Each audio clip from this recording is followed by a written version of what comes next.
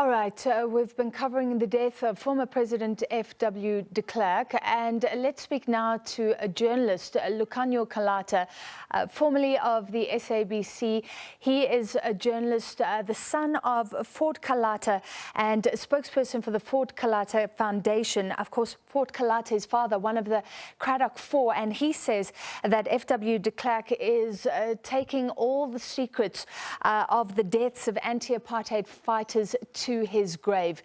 Lukhanyo, thank you for speaking to us. Tell me more about your reaction to the death of FW de Klerk. Francis, thank you very much for the opportunity to get to speak to you like this.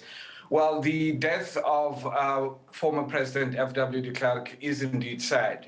It's sad in that he takes the secrets and the truth about what he knew about the deaths of the Cradock Four and many others to his grave with him. What he also does is he robs us of the opportunity of finding out who were some of those ANC leaders who had entered into informal deals with members of, former apartheid operatives to try and to delay and to prevent, in essence, the prosecution of TRC cases. Yeah. If you don't mind, Lukhanyo, will you remind us of the Cradock Four, the circumstances surrounding your father's death, and then the information that came out? You wanted information. What did you hope FW de Klerk could reveal along the way? Right, well, so the Cradock Four were murdered very, very brutally in June 1985. My father, Fort Calata, and his colleagues, Matthew Goniwe, Sparom Konto, and Sicelo Mhlawuli, they were driving back from Port Elizabeth back to Cradock when they were ambushed and they were killed.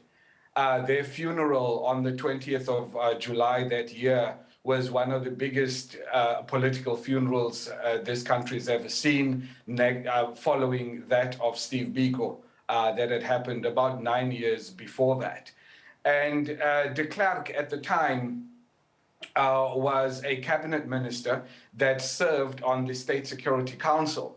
And there is information and evidence that de Klerk was part of meetings between 1984 and 1985 in which they were discussing what to do about these two teachers from this small town in the Eastern Cape.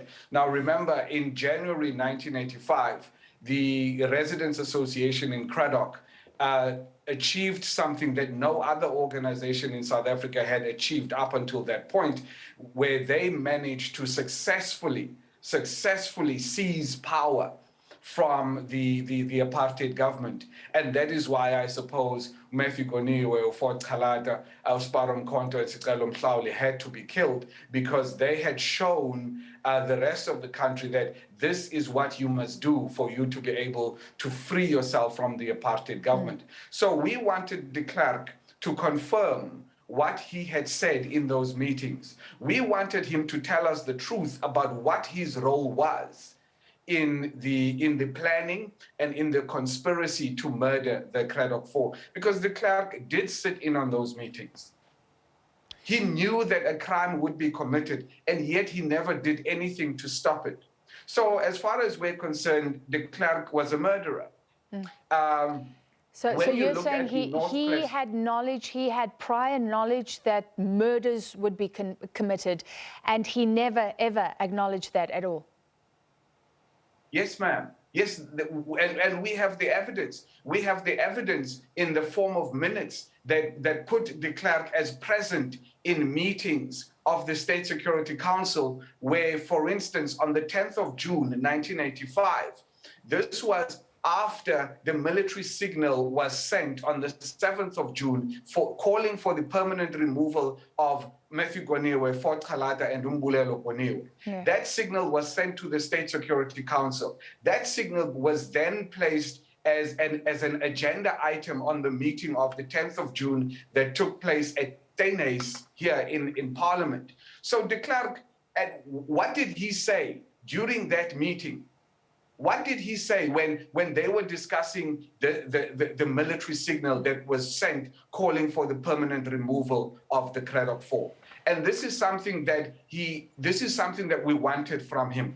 So his death robs us of that opportunity where we can say, you know what, de Klerk either denied or he said that he wants no party to this thing. He never told us anything, yet we knew that he was present in a meeting of the State Security Council where on the agenda of that meeting was the military signal that called for the permanent removal of Fort Calata, Matthew Goniwe, and Umbulelo Goniwe.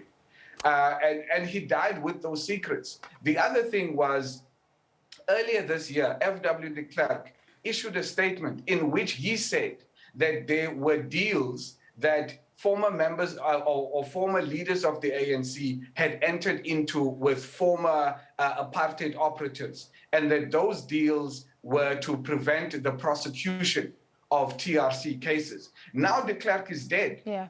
The ANC must be rejoicing today because their secret about who it was that entered into those deals with the apartheid operatives will now forever remain secret, because de Klerk took that information with him to the grave. The ANC must be a very happy party today because they think that they've gotten away with selling out our martyrs, and they have not done so. Lukhanyo, we can hear the anger and the disappointment in your voice. Thank you for reacting with us tonight. Lukhanyo Calata from the Calata Foundation, and he, of course, is a journalist, a colleague.